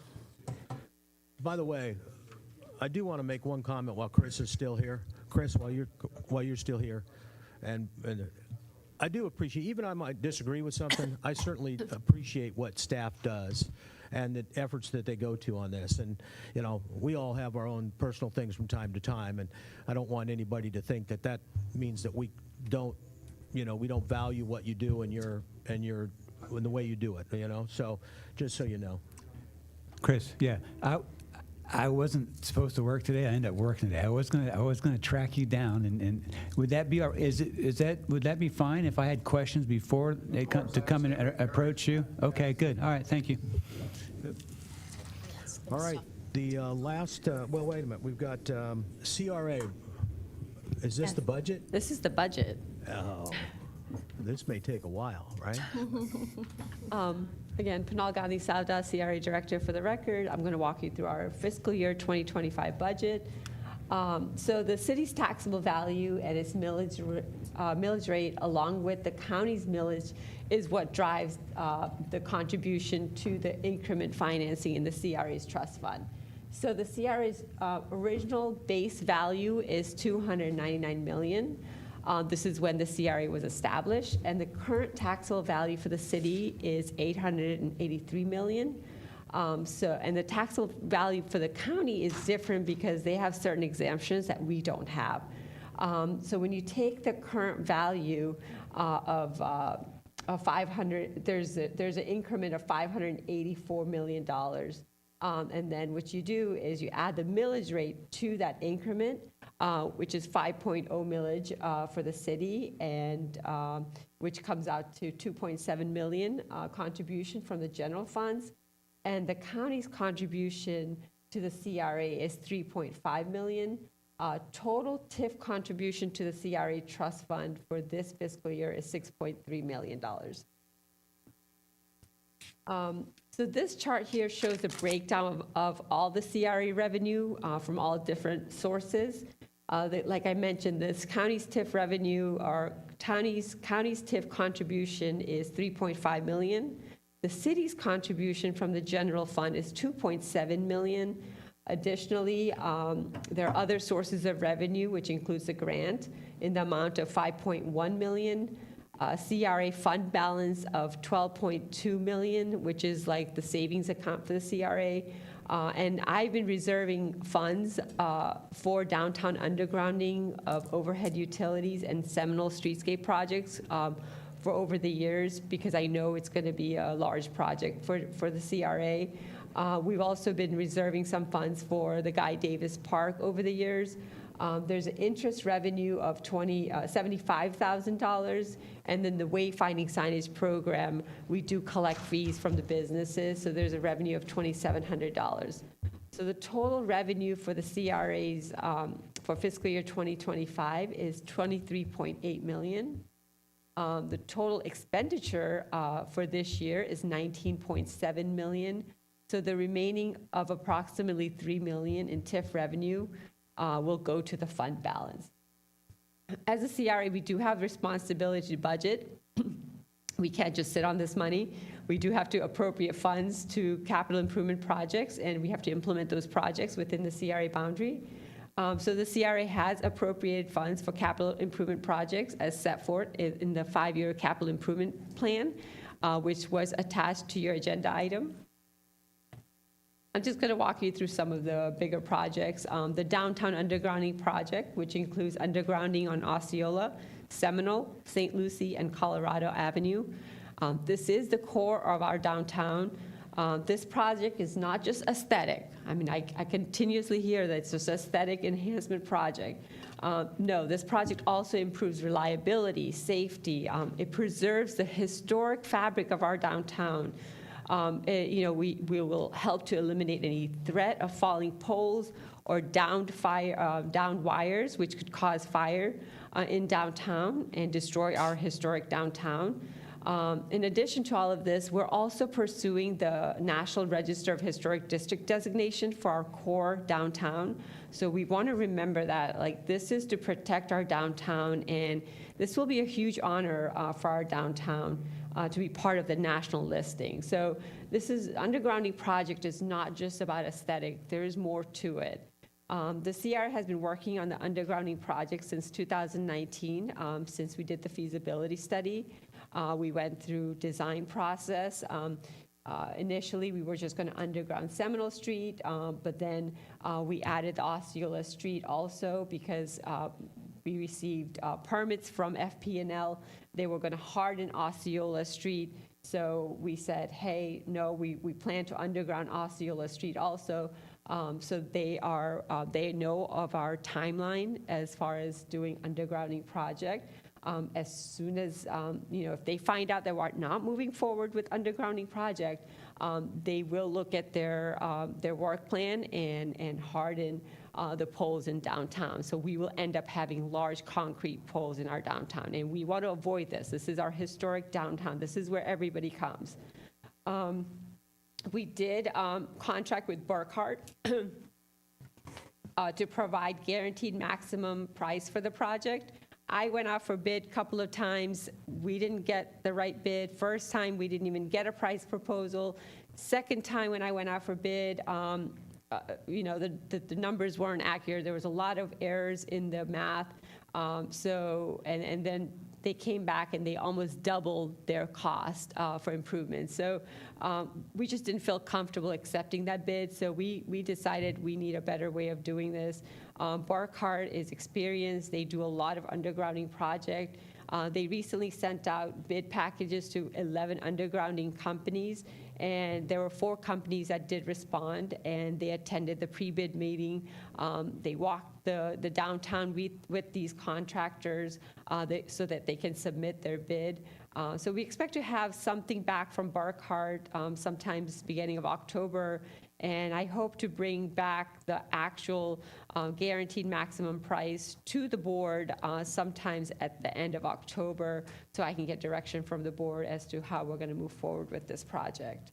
But however, at this time, I am budgeting $4 million for this project, and then we'll wait for the direction from the board on how we'll move forward. Yes, Can I ask a question? sure. So the total cost of just the Seminole Street, was it 11 or 14 million? This is Or the has that whole- changed? This is for the whole downtown, Seminole, Osceola, Colorado, St. Lucie. So Right. I understand we for the don't for the have, fiscal year, but you have told us in the past the exact right, so for initially, when just Seminole, and I believe it was No. 11. yeah, it was for million. everything, the whole 4 streets, 11 million for the whole streets. So initially, they Okay, well, that's, okay, Do you mean I with believe the you. streetscape or just the utilities? just the utilities. So you're breaking them apart? right Yes. now, you're Okay, explaining it. the whole Seminole project Right, that's a was streetscape like project. $11 million. No, so that amount was for streetscape, just Seminole streetscape, and undergrounding, which includes the 4 Okay. streets. Okay, thank you, good. Thank you. Yeah, I do Sorry. separate the cost, but when I present the project, it's as a whole project. So what this- you want for this budget this year is enough money for the. I don't have the guaranteed maximum price. It is possible No, that we. but you're just looking to get the utilities taken care of this year for I would like everything. to, Okay, right. I got you. Yeah. Okay, very good, thank you. And you're saying, Pinal, you need to leave those in there so that it's a viable project, otherwise they're going to put those ugly big cement poles in downtown, is that what you're saying? Exactly, yeah. Okay. Yeah, And, so- yeah, that's. We don't have the guaranteed maximum price yet. I don't know what that looks like, so I'm waiting for that, present that to the board. It is possible that we might have to do a budget amendment. This is just saying, hey, it's going to be at least $4 million for undergrounding and at least $1.2 million for streetscape. So we're looking at I'm budgeting about $5.2 million for undergrounding and streetscape together right now. And there's no grant money, matching grant money or anything for undergrounding your utilities? There is no grant money for that. I did get about $274,000 for the streetscape project because we're using pervious pavers, so we get some credit for that. So we did get some water quality grant for streetscape project. Painting FBL as the wolf at the door is you could sell some cars.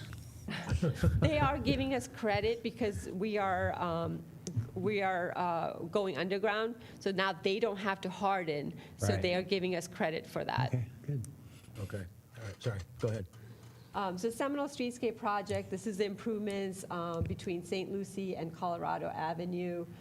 As I mentioned earlier, we did receive $274,000 in water quality grant for this project, and I am budgeting $1.2 million for this project. Again, the complete package from Barkhart will be presented sometimes in October. We do go into holiday season. If it's just not feasible for me to present it before the holidays, then it will be the first month of the year for 2025. Project Lift, the city received $6.291 million in CDBG COVID funding for acquisition and new construction of the formerly known as the Willie Gary property to serve as a job training center. This project was presented to the CRB last month. When it went to City Commission, they did ask to revisit the rezoning that the CRA was proposing for this project.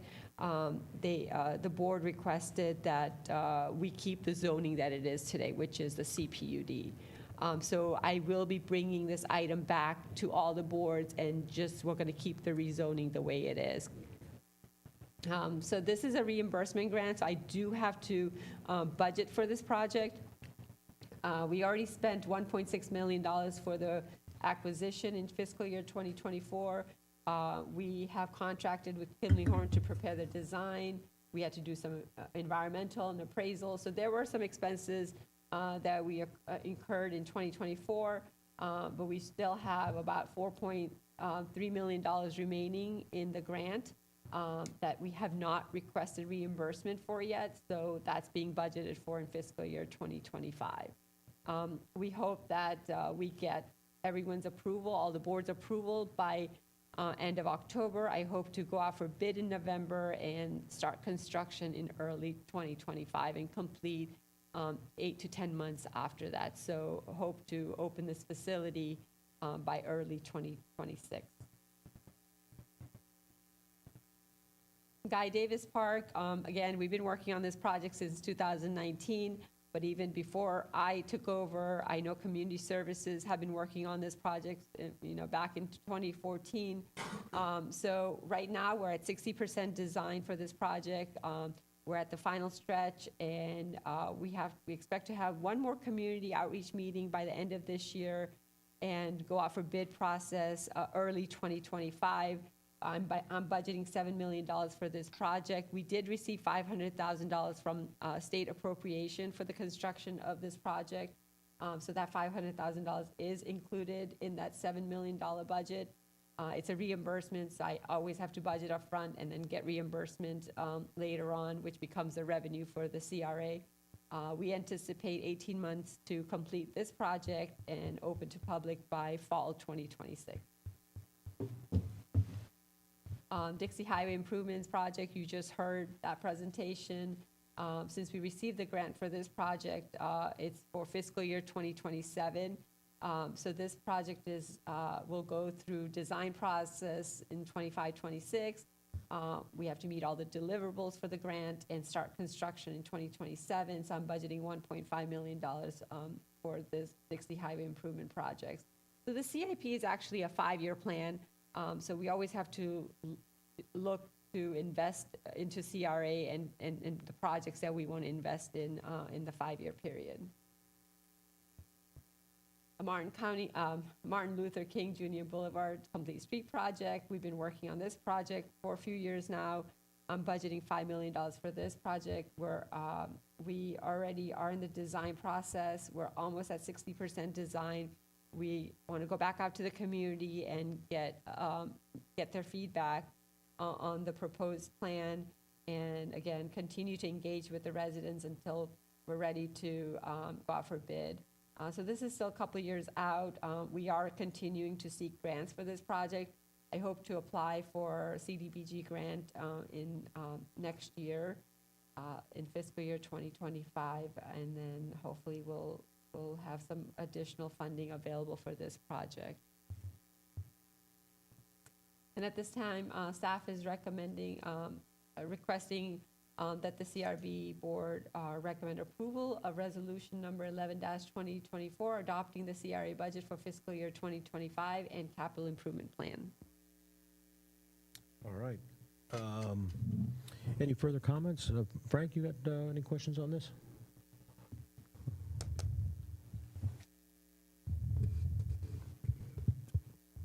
I've mixed feelings. The only thing that I really support is the undergrounding of utilities downtown. You sold me on that. I don't know. I saw the displeasure a lot of the East Stuart community has over the project lift. And the whole Martin Luther King Boulevard thing. We're again, same idea where they feel as though they didn't really have a voice in anything. So, yeah, I've got mixed views. All right. Bonnie, any comments? I did have a question that I didn't ask last time, but the Project Lift site, that was an old gas station, is that correct? Correct. Does it need remediation? Is that why it does not? No. Okay, The I was gas- curious The gas if, tanks, everything's been cleaned up. I was curious if that's why it had sat there for so long. I don't have any questions. I'm excited about all of these projects. Really excited about MLK just because that's a route a lot of kids take to school. And so any improvements you can do to make that street safer for kids walking to the middle school would be fabulous for our community. Aaron? No comment. I mean, MLK is still in the design phase, so, and remind me if I'm wrong, but I think the main issue people had was the switching of the parking spaces. People didn't like that they were going parallel and they wanted them to be slanted. Right, so right now there's some angled parking and we are converting it to parallel parking. We are proposing like a surface parking lot that would be available to the residents where the Boys and Girls Club is. There's a city-owned property, so we are proposing some surface parking that we would provide as part of this project. And that is something that came up at outreach meeting, at the last outreach meeting. We have not met with the residents yet after that, so that is something we'll discuss with them. Okay. Am I seeing more pavers for the design of that? Yes, you are. We have to She's gotta deal with the paver re-examine this. I mean, the gentleman who's in charge of streets, what's his name? Milton. Who? Milton Leggett. Yeah, Milton. Let's get Milton's opinion on who's I going to do. maintain all these pavers throughout town. I mean, and again, if you dive deep, you've got the people that put it out there for a living, not really defending it heavily as far as it being a very durable, long-lasting, cost-efficient way to get traffic from point A to point B. You can do all the other safety stuff and all the other multimodal, make it a beautiful place to walk, even though it's 1,000 degrees 8-9 months out of the year. You can do all that stuff and still not have to use pavers. Okay. Soapbox, anybody? Yeah, you just got off your paper soapbox, right? I'll remember that. But you got to remember to oil that every so many years, Frank, or it'll fall. I had a question because of what Bonnie brought up. This property that's being redone there for Project Lift, who owns the property now? City. The city actually owns it? Mm-hmm. All right, so we've done environmental on it? Mm-hmm. And there's no way there's any issues, right? Right. Because I remember on the Triangle property over here, it held up the city bought that property, and then we couldn't actually effectively use it because there was no real contamination, but the potential, because there had been a gas station on it. So we ended up basically losing about $500,000, about $500,000 or $300,000 on that because we couldn't do what a private developer would do. So I'm just wondering if it's in our hands already, I guess we got the problem. But if we have those situations based on what we learned when Azul was built, we got to be careful of that because as a government entity, our liability is potentially higher than it would be if it was a private developer. The private developer would just say, no, there's no problem here, I'm good. It's passed, but we got stuck with a delay on that. We did have to go through state and federal regulations for environmental on this project, so it was, we did have to take some steps, and it was Okay. approved by Florida Commerce. Okay, so we got that. Okay, Right. good. That's my concern there. Okay. Any other questions or we need a motion? Yes. Okay. I'm not passing my gavel. I get to keep it because I'm going to bang it here in about a Motion second. to approve. Second. Motion second. I guess we need a roll call. We do. Board Member Hawkins? Yes. Board Member McChrystal? No. Board Member Moser? Yes. Vice Chair Breckville? Yes. All right. that it? The last thing is wrapping them up, so to speak. We're going to wrap up a few signal boxes, I think. So let's talk about that. All right, Jordan, you got the floor.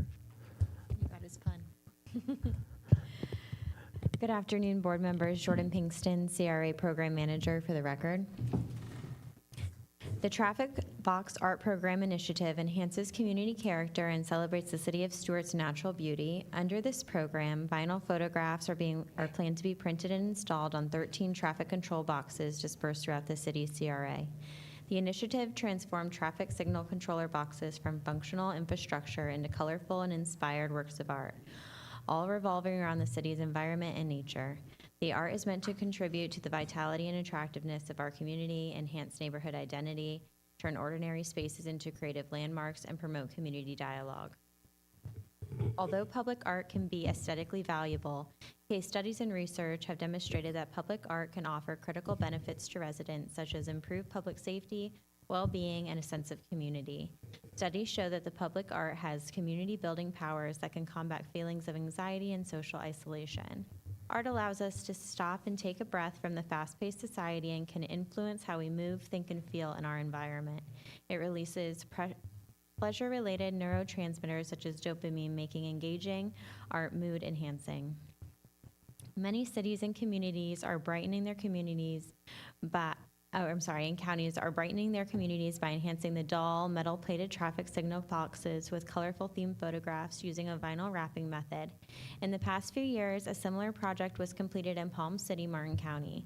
The project was initiated by a county commissioner of that district.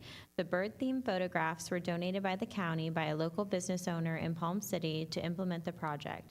Other neighborhood cities, such as the City of Port St. Lucie and City of Fort Pierce, have also implemented similar projects. In 2020, Commissioner Eula Clark requested staff to undertake the research regarding the potential of using vinyl wrapping artwork to enhance traffic signal boxes within the city limits.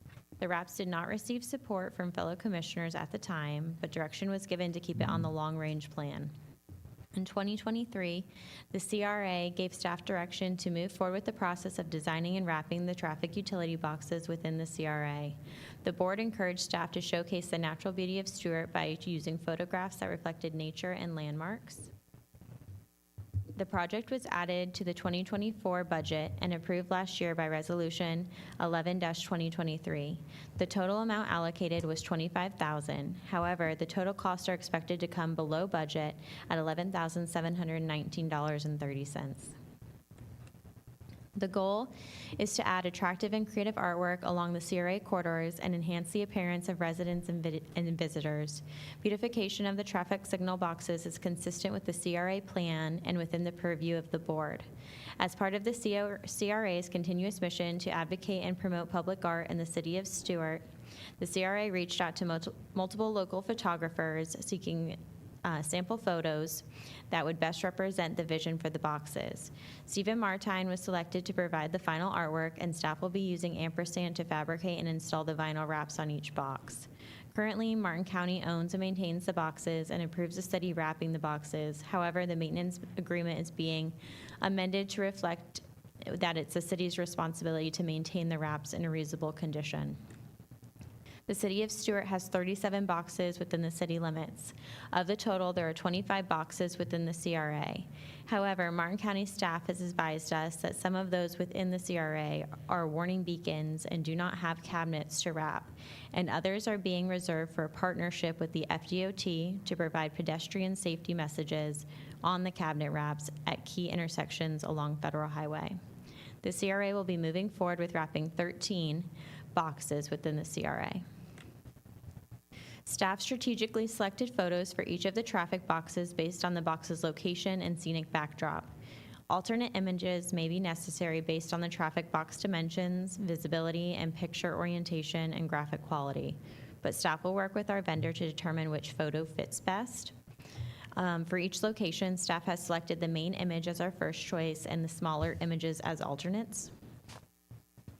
Northwest Green River Parkway and Dixie Highway. The traffic box is located as a gateway to Haney Creek Preserve. The preserve provides this area with nature trails, lush landscape, and wildlife. The bee and bluebonnet flower photograph was taken at Haney Creek.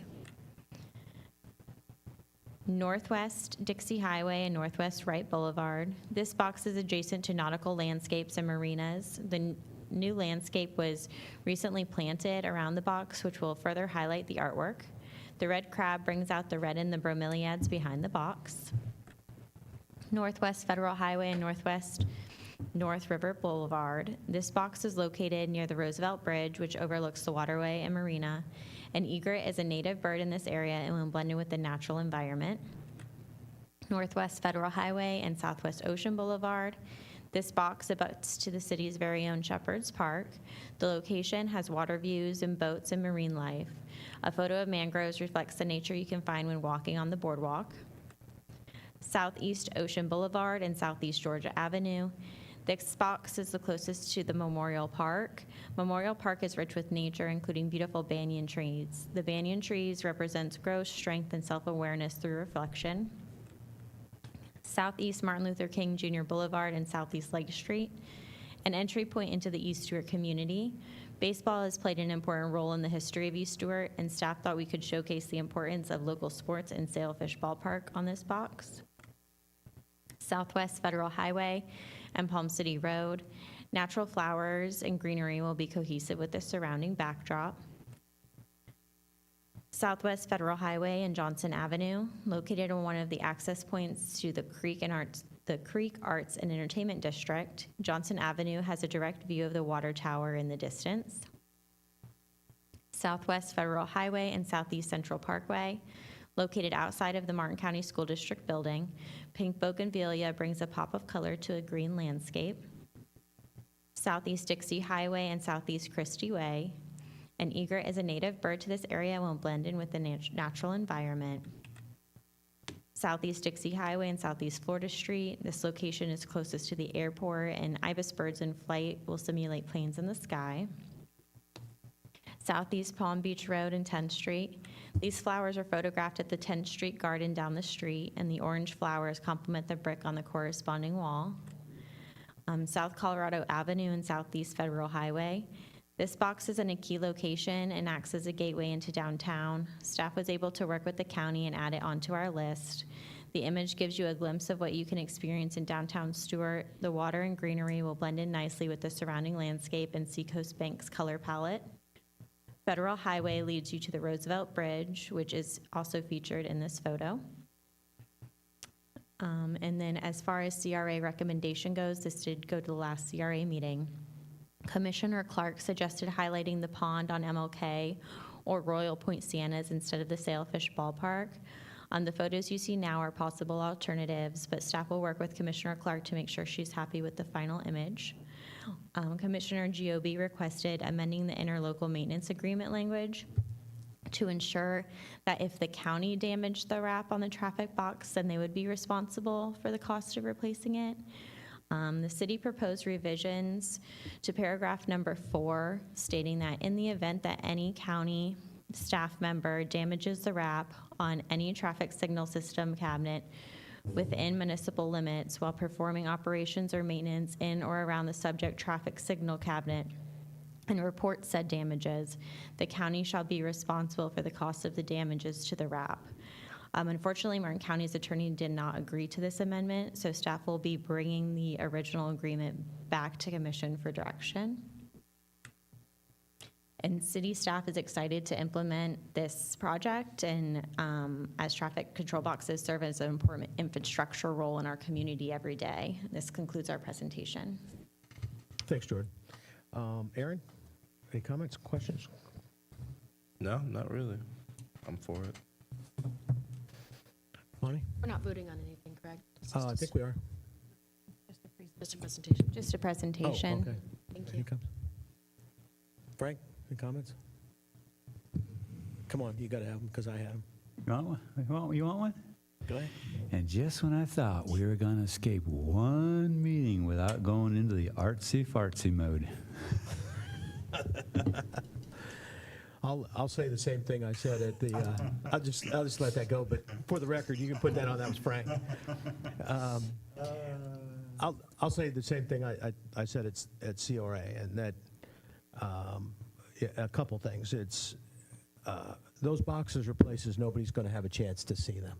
because they're near roads where people are going to be driving by. They're not generally in walkable areas, so you're not going to get to see them. I think that we're going to have constant fights with Martin County, and that was probably only the first. You know, it's a liability that we're taking on that we didn't have, and now we're entering into yet another interlocal agreement with Martin County that could come back to bite us. And I understand, you know, what you're talking about, and yeah, it's like Commissioner Collins said, you know, well, it's not that much money, but as Chair Campenny said, yeah, but it adds up, you know? It just adds up over a period of time. And, you know, then there's 30,000 over here and there's 12,000 here, and it eventually just and, you know, so from my standpoint, I just don't really see the need to it. You know, it's not because I love art stuff, and if it was stuff where people could walk by, and I mean, I'd love to have it where there was a historic site and it was right near the historic site and you put that there. But even things like, for example, the Sailfish Ballpark, you're putting that in East Stuart, you know, Sailfish Ballpark was a white ballpark. You couldn't play on that ballpark if you were black. Really? Yeah. So, you know, some of that stuff really grinds the old timers, you know, because they were told they couldn't use it before. Now you're going to take that and stick it in the middle of their communities. They're not going to be real thrilled. So anyway, that was just my comment on it. It continues to be. I think you did a good job of finding stuff and doing it, but I just think there are locations where it doesn't ultimately, you know, get the look that it should for what we're spending. But anyway, that's my. Mark, I was going to be nice, and to pile on, you could even suggest that those art exhibits in those locations actually will contribute to distracted drivers. Well, that's possible. That's possible. That's so if you probably want, true. but on the positive, I'm glad to see that a local business is going to get to work. I appreciate that. Yeah, I mean, I think they've done a good job of you know, getting local people involved. All right, any other comments or suggestions or questions? Any comments from staff? I wanted to say I agree with Eula's suggestions. I did want to ask, so like, what is the price of maintaining the vinyl wrap? Like, how much would it cost? Sure. So just to replace one would be $500, and the life expectancy is probably about 5 years based on what I've spoken to other municipalities about. Okay. And I did want to, you might be touching on this, City Attorney, but we already have a maintenance agreement. It's been in place since 2014, so this is just an amendment to the current agreement. Yeah, just background. It's been in place since 2014. We brought forth an amendment because we proposed to Martin County, hey, we want to wrap your boxes. And they're basically saying, if you want to wrap them, you're going to be responsible. We got to do work around it, and it accidentally gets damaged. You're on the hook, not us. You guys are the ones who want to wrap it. That's argument. So we've got to take it back for the city commission to approve the way it was originally. And we're just the wraps? That's all we're responsible for? So if anything else needs to be replaced? Yeah, that's the only issue was the wraps, the damage to the wrap itself. The county doesn't want to be responsible for it if they have to do some sort of maintenance service around it, it gets scratched or whatnot. So if we stop the wrap program, we wouldn't have any liability going forward? Right. Okay. No, correct.